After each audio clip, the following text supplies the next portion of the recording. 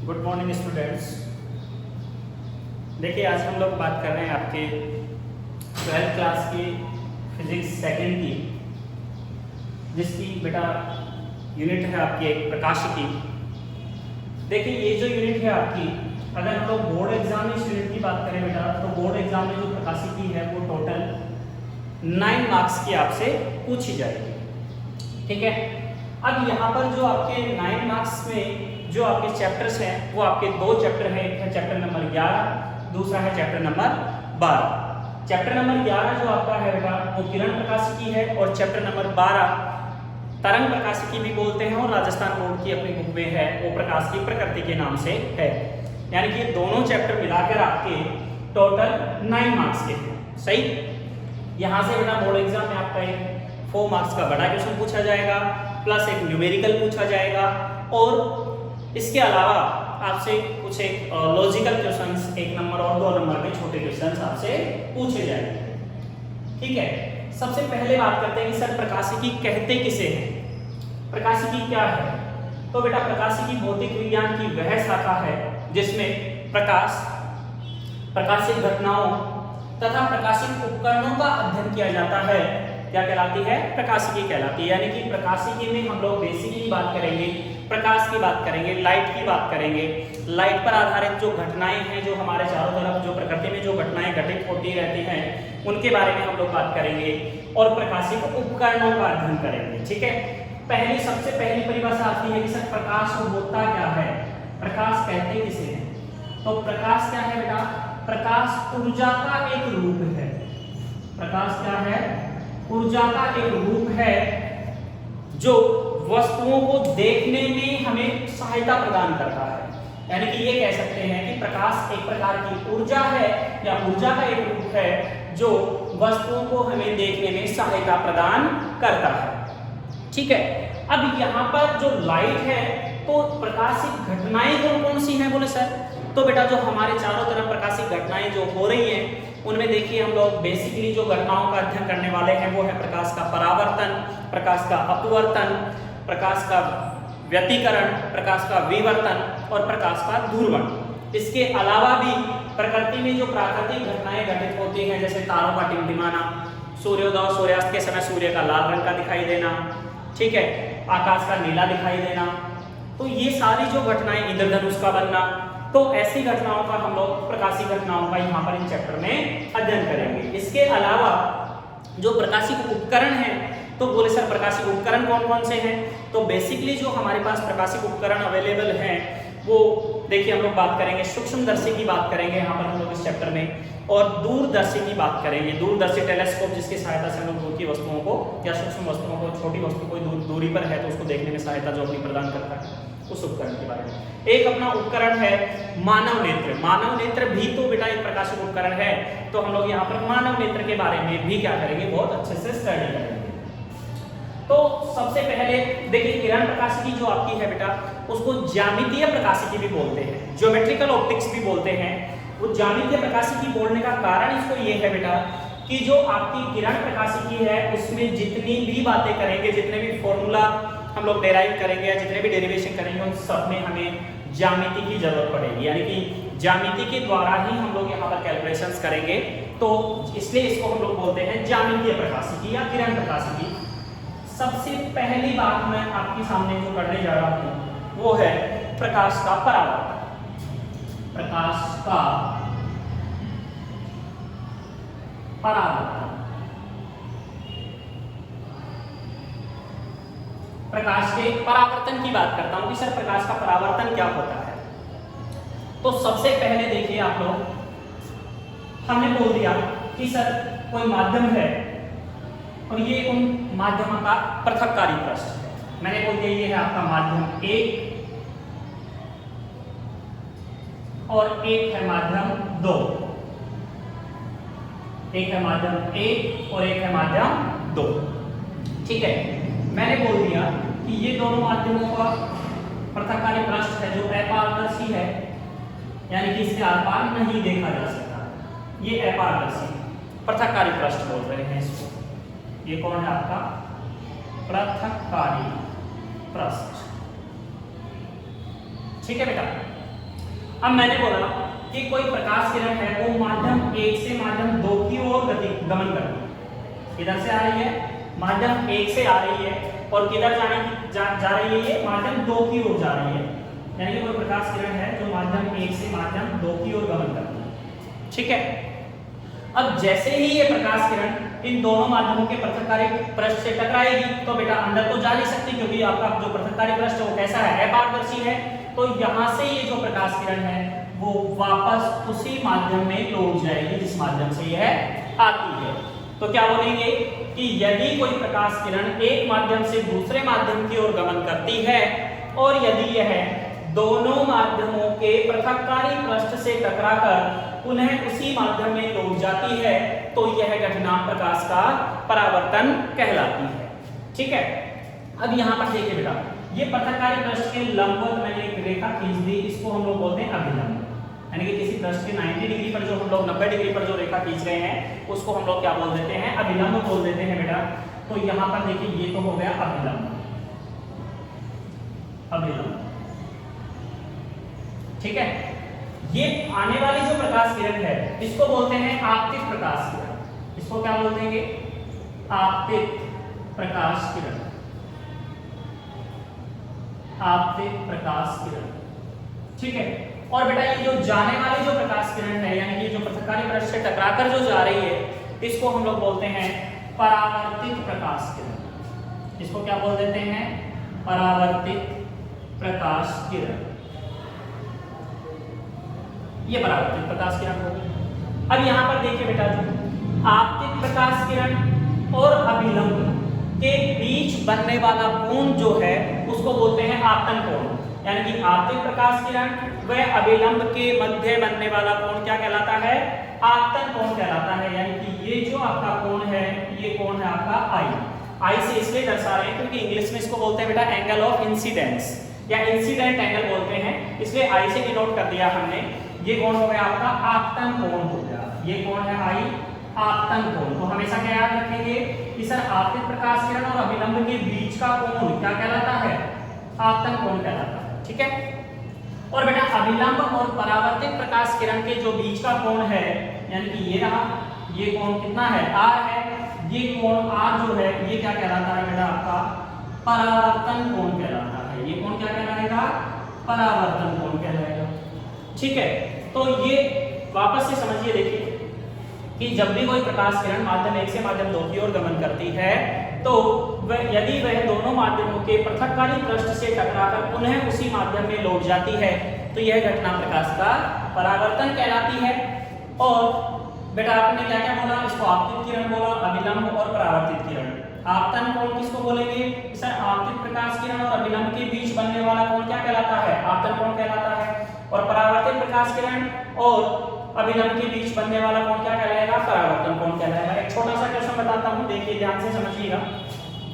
मैंने बोल दिया कि मेरे पास ये कोई दोनों माध्यमों का पृथककारी पृष्ठ है और यहाँ पर ये हो गया बेटा अपना अभिलंब। ठीक है, एक प्रकाश किरण यहाँ पर इस तरीके से आपतित हो रही है और यहाँ से परावर्तित होकर चली जाती है। मैंने बोला कि ये जो कोण है वो कोण है बेटा सपोज 40 डिग्री, और मैंने यहाँ पर पूछ लिया आपसे कि आपतन कोण का मान कितना होगा, आपतन कोण का मान बताइए। तो यहाँ पर देखिए बेटा आप लोग, अगर मैं आपतन कोण की बात करूँ तो हमने बोला सर अभिलंब और आपतित प्रकाश किरण के बीच का कोण आपतन कोण होता है। ये देखिए ये कोण आई जो है ना ये आपतन कोण है। और आप ध्यान से देखेंगे तो देखो ये जो पूरा कोण है ये पूरा कोण कितना है बेटा, 90 डिग्री का, 90 का। तो क्या बोलूंगा यहाँ पर सर आई प्लस 40 बराबर कितना है, 90। तो कोण आई बराबर कितना हो जाएगा बेटा, 90 माइनस 40 बराबर 50 डिग्री। यानी कि आपतन कोण का मान यहाँ पर इस कोण आई का मान कितना है, इस कोण का मान आपका कितना आएगा, 50 डिग्री आएगा। बहुत छोटा सा बेसिक सा क्वेश्चन है जो आपको याद होना चाहिए। अब बात करता हूँ बेटा मैं परावर्तन के प्रकारों की बात करता हूँ कि परावर्तन सर कितने प्रकार का होता है। तो बेटा जो आपका परावर्तन है वो 2 प्रकार का होता है। कौन कौन से होते हैं, देखिए पहला प्रकार जो आपका परावर्तन है उसको बोलते हैं, पहला जो प्रकार है उसको बोलते हैं नियमित परावर्तन। क्या बोलेंगे बेटा इसको, नियमित परावर्तन। नियमित इसको इंग्लिश में बोलते हैं बेटा रेगुलर रिफ्लेक्शन। क्या बोलते हैं, रेगुलर रिफ्लेक्शन। नियमित परावर्तन क्या होता है समझिएगा। मैंने बोल दिया कि मेरे पास एक कोई समतल या चिकना पृष्ठ है बेटा, समतल या चिकना पृष्ठ है और इस पर कुछ इस प्रकार से प्रकाश किरणें परस्पर समांतर आपतित हो गई। ये देखिए इस प्रकार से देखिए, तो हम लोग क्या बोलेंगे कि यदि परावर्तन की घटना किसी समतल या चिकने पृष्ठ से होती है तो परावर्तन के पश्चात सभी प्रकाश किरणें एक ही दिशा में परस्पर समांतर चली जाती हैं और यह घटना नियमित परावर्तन कहलाती है। क्या बोल रहे हैं कि यदि प्रकाश की घटना किसी और समतल या चिकने पृष्ठ से, तो जैसे ये प्रकाश किरणें आकर यहाँ पर टकराएंगी तो ये परावर्तन के पश्चात सभी प्रकाश किरणें परस्पर समांतर एक ही दिशा में चली जाएंगी और इस घटना को हम लोग क्या बोल देंगे, नियमित परावर्तन बोल देंगे।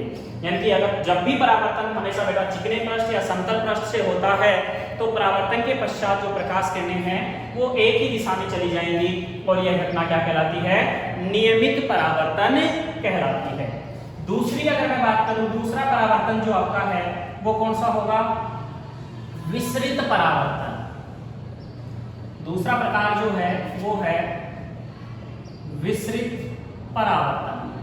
देखिए बेटा विसरित परावर्तन क्या होता है कि यदि परावर्तन की घटना समतल या चिकने पृष्ठ से ना होकर किसी खुरदरे या उबड़-खाबड़ पृष्ठ से होती है, कोई ऐसा पृष्ठ है, खुरदरा पृष्ठ है या उबड़-खाबड़ पृष्ठ है यानी कि समतल नहीं है, ठीक है, तो जैसे ही यहाँ पर प्रकाश किरणें आपतित होती हैं तो देखिए मैंने बोला कि यहाँ पर कोई प्रकाश किरण आपतित होती है, सपोज यहाँ पर ये प्रकाश किरण यहाँ से इस तरीके से चली जाएगी। उसके अलावा मैंने बोल दिया कि यहाँ पर कोई प्रकाश किरण आपतित होती है तो ये यहाँ चली जाएगी। ऐसे मैंने बोल दिया कि यहाँ पर कोई प्रकाश किरण आपतित होती है, ये इस तरीके से चली जाएगी। तो हम लोग क्या बोलेंगे कि यदि सर परावर्तन की घटना किसी खुरदरे या उबड़-खाबड़ पृष्ठ से होती है तो परावर्तन के पश्चात परावर्तित किरणें अनियमित रूप से, जो परावर्तित किरणें हैं वे अनियमित रूप से भिन्न भिन्न दिशाओं में चली जाती हैं या भिन्न भिन्न दिशाओं में गमन करती हैं। यह घटना क्या कहलाती है, विसरित परावर्तन कहलाती है। तो परावर्तन के दोनों प्रकार हो गए बेटा आपका, एक नियमित परावर्तन, एक विसरित। आप चाहो तो इसका इंग्लिश टर्म जो होता है विसरित परावर्तन का वो होता है डिफ्यूज्ड रिफ्लेक्शन, डिफ्यूज्ड रिफ्लेक्शन। ये दो प्रकार हो गए बेटा परावर्तन के, ठीक है। अब जो सबसे अहम बात जो हम लोग करने वाले हैं वो हम लोग बात करेंगे बेटा परावर्तन के नियमों की। किस किस की बात करेंगे, परावर्तन के नियमों की। तो परावर्तन के नियम क्या होते हैं, देखिए परावर्तन के नियम, देखिए बेटा परावर्तन के नियम क्या होते हैं। हम लोग बोल रहे हैं, समझिएगा, ये अभिलंब हो गया, ये बेटा आपकी आपतित प्रकाश किरण होगी और ये होगी आपकी परावर्तित प्रकाश किरण। इस कोण को हमने अभी बोला आई, इस कोण को हमने बोल दिया था आर, ये पृथककारी पृष्ठ को मैंने बोल दिया एन एंड एस, ये अभिलंब हो गया एन एंड एस सपोज। तो परावर्तन के आपके बेटा दो नियम हैं। पहला नियम सुनिएगा, आपतन बिंदु पर, कहां पर बेटा, आपतन बिंदु पर, आपतन बिंदु पर आपतित किरण, आपतित किरण कोमा परावर्तित किरण, परावर्तित किरण व अभिलंब, व अभिलंब तीनों एक ही तल में, एक ही तल में स्थित होते हैं, स्थित होते हैं। देखिए बच्चे क्या कह रहे हैं अपन कि सर आपतन बिंदु पर आपतित किरण, परावर्तित किरण व अभिलंब तीनों एक ही तल में स्थित होते हैं। इसका मतलब समझो बेटा, ये रहा आपका आपतन बिंदु। आपतन बिंदु किसको बोल रहे हैं, जहां पर प्रकाश किरण आपतित हो रही है। तो इस बिंदु पर आप देखिए आपतित किरण ये रही बेटा, ऊपर ऊपर है यहाँ पर पृथककारी पृष्ठ के, परावर्तित किरण ये भी पृथककारी पृष्ठ के ऊपर है, और तीसरा है अभिलंब, अभिलंब भी देखो बेटा ऊपर ही है। तो ये तीनों ही एक तल में हैं। तो यहाँ पर देखो ये जो पृथककारी पृष्ठ है वो आपका दो, एक तो नीचे वाला तल हो गया, एक ऊपर वाला तल हो गया। तो आपतन बिंदु अगर ऊपर की बात करो तो ऊपर ये तीनों आपतित किरण, परावर्तित किरण और अभिलंब तीनों एक ही तल में है। तो क्या बोलेंगे, आपतन बिंदु पर आपतित किरण, परावर्तित किरण व अभिलंब तीनों एक ही तल में स्थित होते हैं। और दूसरा नियम जो है आपका कि आपतन कोण का मान, आपतन कोण का मान सदैव परावर्तन कोण के बराबर होता है।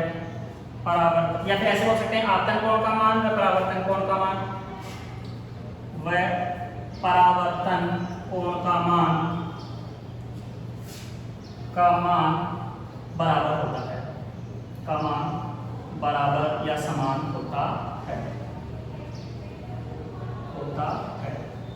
यहाँ पर अगर बात करें बेटा आपतन कोण की, तो आपतन कोण कितना है I और परावर्तन कोण कितना है R। यानी कि जो परावर्तन की घटना है उसके लिए हमेशा आपतन कोण और परावर्तन कोण का जो मान आएगा बेटा वो मान क्या होगा, बराबर होगा। यानी कि आपतन कोण और परावर्तन कोण दोनों क्या होंगे, बराबर होंगे। अब यहाँ पर ये जो नियम लागू होते हैं ये बेटा सामान्यतः समतल पृष्ठों के लिए या नियमित परावर्तन के लिए लागू होते हैं। खुरदरे परावर्तन के लिए ये नियम लागू नहीं होता।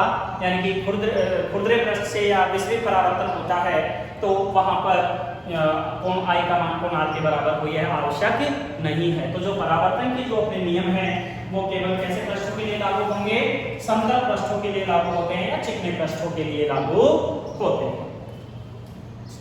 ये हो गया बेटा आपका परावर्तन के दोनों नियम और प्रकारों की बात हमने की। अब हम लोग जो बात करने जा रहे हैं वो हम लोग दर्पणों की बात करेंगे। और दर्पणों में भी सबसे पहले जो हम लोग बात करने जा रहे हैं वो बात करेंगे बेटा समतल दर्पण की। किसकी बात करेंगे हम लोग, सबसे पहले समतल दर्पण की बात करेंगे बेटा।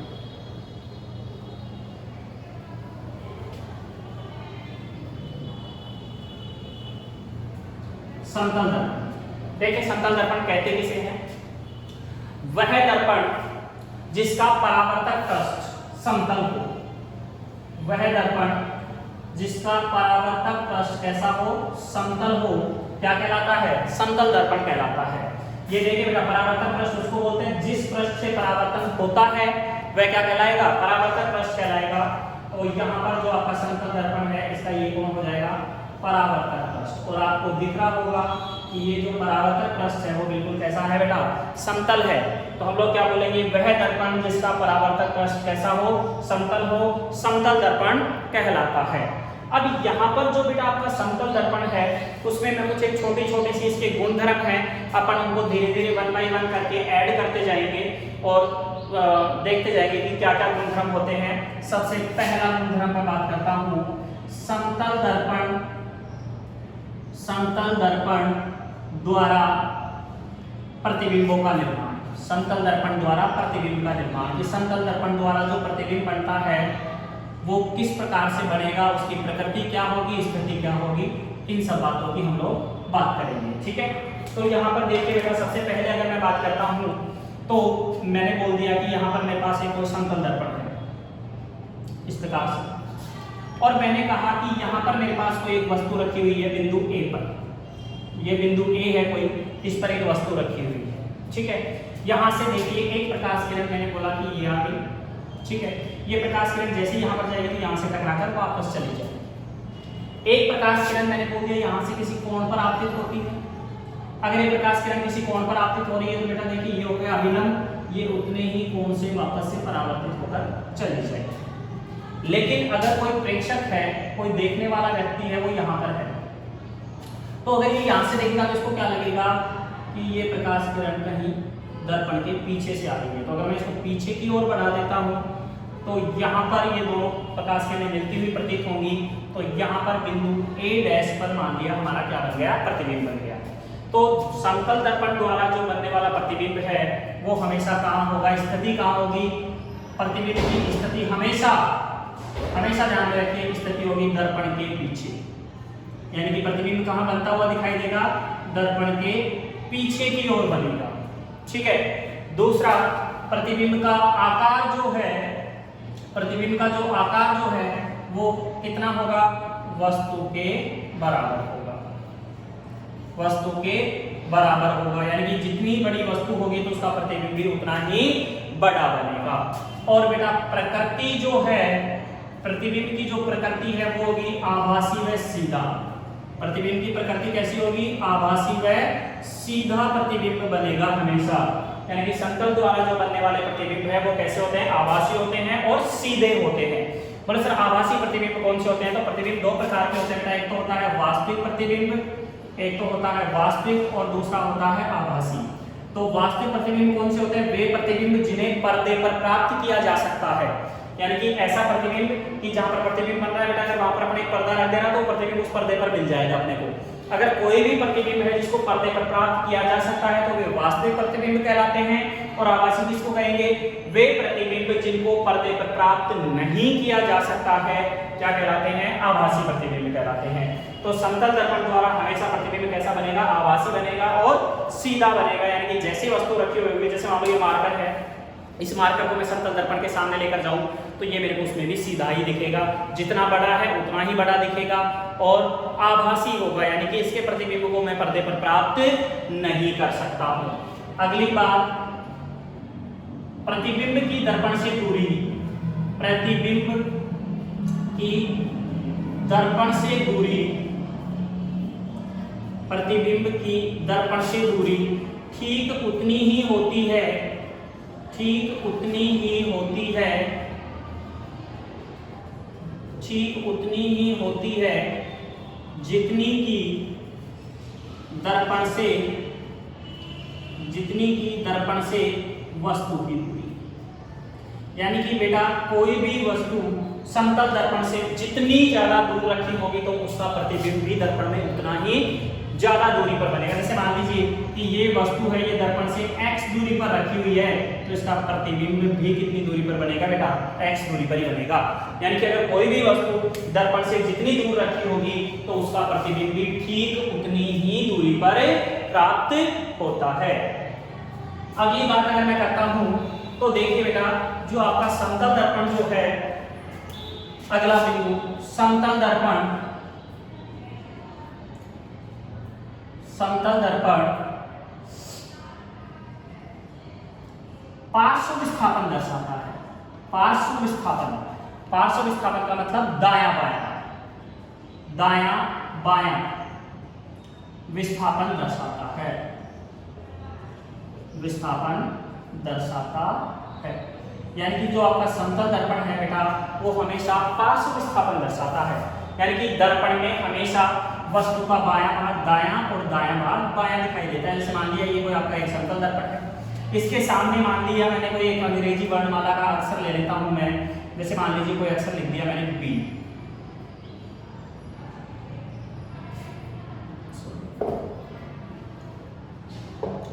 कोई अंग्रेजी वर्णमाला का अक्षर मैंने बी लिख दिया। तो अगर मैं इस बी को बेटा प्रतिबिंब में देखता हूं तो इसका जो मेरे को प्रतिबिंब है दर्पण में वो कैसा दिखेगा? कुछ ऐसा दिखेगा। ठीक है, तो आप देखिए ये बायां भाग था, ये दाईं ओर आ गया, ये दायां भाग था, ये बाईं ओर आ गया। ऐसे मान लीजिए मैं कोई और दूसरा अक्षर ले लेता हूं, जैसे मान लीजिए एल लिख देता हूं तो एल आपका दर्पण में अपने को ऐसा दिखाई देगा। सही, तो इसका मतलब जो समतल दर्पण है वो बायां दायां विस्थापन दर्शाता है। और अंग्रेजी माला के वे अक्षर जो पार्श्व विस्थापन नहीं दर्शाते हैं वे कौन कौन से अक्षर होंगे? जो दर्शाते हैं, पहले वो लिख देता हूं बेटा, जो दर्शाते हैं, जो दर्शाते हैं वो कौन कौन है? B, C, D, E, F, G, J, K, L, P, Q, R, S और जेड। ये वो अक्षर हैं जो पार्श्व विस्थापन या पार्श्व विस्थापन दर्शाते हैं। और जो नहीं दर्शाते हैं बेटा वो कौन कौन से होंगे? ए, एच, आई, एम, तो एम भी दर्शाएगा, O, T, U, V, W, X, Y और जेड। सॉरी जेड की दशा। ये वो अक्षर हैं जो पार्श्व विस्थापन नहीं दर्शाएंगे। बोले सर ये क्यों नहीं दर्शाते? क्योंकि बेटा ये जो अक्षर है वो सम्मित अक्षर है। कैसे हैं? सम्मित। सम्मित का मतलब ये होता है कि जैसे मान लो मैंने W ले लिया, तो अगर इस अक्षर को मैं ठीक बीचों बीच से दो भागों में काट दूं तो आधा भाग दूसरे आधे भाग को पूर्णतया ढक लेता है। तो ऐसे अक्षरों को हम लोग बोलते हैं सम्मित अक्षर। तो जो सम्मिति जिस ज्यामिति में होगी वो पार्श्व विस्थापन नहीं दर्शाता है। अदरवाइज कोई भी आपका समतल दर्पण के सामने अगर हम कोई वस्तु रखते हैं तो उसका बायां भाग जो दायां दिखेगा और दायां भाग हमेशा बायां दिखेगा। ठीक है बेटा। उसके बाद में एक दो और बातें करता हूं आपसे इसी समतल दर्पण के बारे में।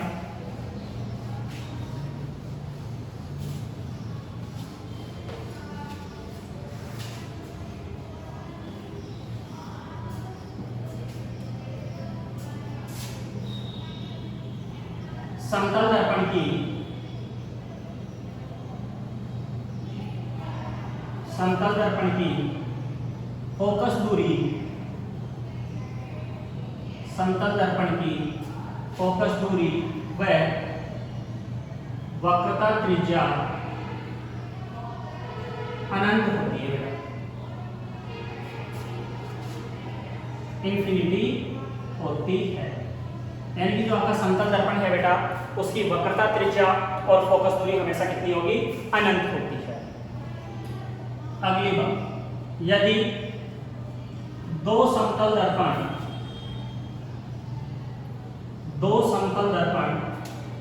थीटा कोण पर रखे हैं तो इनके द्वारा किसी वस्तु के बनने वाले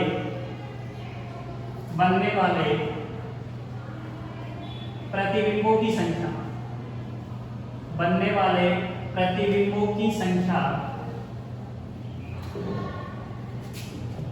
n बराबर 360/θ होती है। बेटा देखिए, आप अगर किसी सैलून वगैरह में गए हो तो उस सैलून में आप देखिए कि जहां पर आप बैठे होते हैं चेयर पर, तो एक सामने आपके एक दर्पण होता है, पीछे की एक दर्पण ऐसे झुका हुआ होता है और अपने को उस दर्पण में वो अपने बहुत सारे प्रतिबिंब दिखाई देते हैं। ठीक है, तो वो प्रतिबिंब कितने होंगे? 360/θ। यानी कि दो समतल दर्पण है वो किसी थीटा कोण पर रखे हुए हैं तो उनके द्वारा बनने वाले प्रतिबिंबों की संख्या कितनी होती है? 360/θ होती है। लेकिन यहाँ पर दो कंडीशन है कि यदि n का मान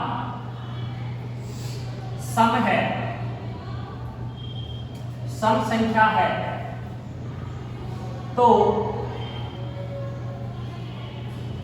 बनने वाले प्रतिबिंब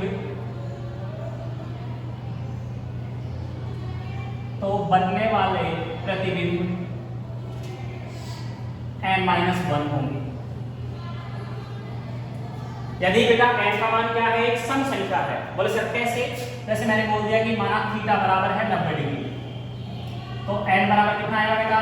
360/90 बराबर 4।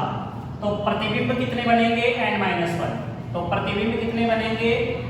n-1 बराबर 4 - 1। तो बनने वाले प्रतिबिंबों की संख्या कितनी आएगी? 3 आएगी। दूसरा, यदि n का मान विषम संख्या है तो बनने वाले प्रतिबिंबों की संख्या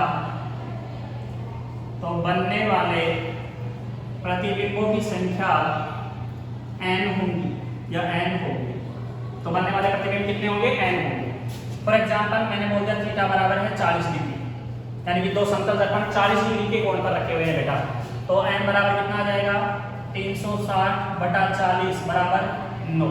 तो प्रतिबिंबों की संख्या कितनी आएगी? 9 ही आएगी। यानी कि हमेशा आपको एक बात याद रखनी है कि समतल द्वारा जो बनने वाले प्रतिबिंब हैं वो हमेशा कैसे आएंगे? विषम संख्या है ये प्रतिबिंबों की संख्या। अगर जहां भी सम आ रही है उसमें से एक करके बता दीजिए और अगर विषम आ रही है तो इट्स नो। यहां तक बेटा ये अपना समतल दर्पण कंप्लीट होता है। ठीक है, अगली क्लास में हम लोग इसी टॉपिक को आगे बढ़ाते हुए अपन गोलीय दर्पणों के बारे में डिस्कस करेंगे। तो गोलीय दर्पणों के बारे में पढ़ेंगे और उनके द्वारा प्रतिबिंबों का निर्माण और उनकी जो विशेष स्थितियां हैं उन सब के बारे में हम लोग डिस्कस करेंगे।